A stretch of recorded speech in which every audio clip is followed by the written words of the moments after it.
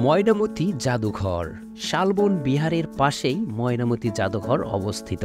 জাদুঘরটি প্রতিষ্ঠিত হয় ১৯৬৫ সালে। এই জাদুঘরে ময়নামতি, লালমাই পাহাড়ি এলাকাসহ বিভিন্ন স্থান থেকে প্রাপ্ত অসংখ্য পুরাকীর্তি ও প্রত্নতাত্ত্বিক নিদর্শন সংরক্ষিত আছে।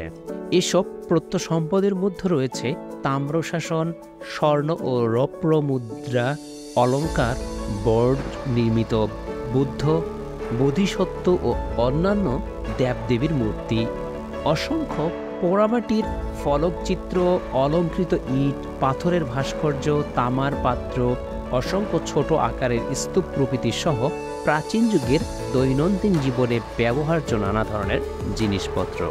এসবের মধ্যে বিশেষভাবে উল্লেখযোগ্য হচ্ছে বজ্রসত্ত্ব মূর্তি এবং ব্রোঞ্জের বিরাট এক ঘণ্টা। ভোজরাজার বাড়ি ঢিবি খননের সময় ব্রোঞ্জ নির্মিত এই মূর্তিটি পাওয়া যায়।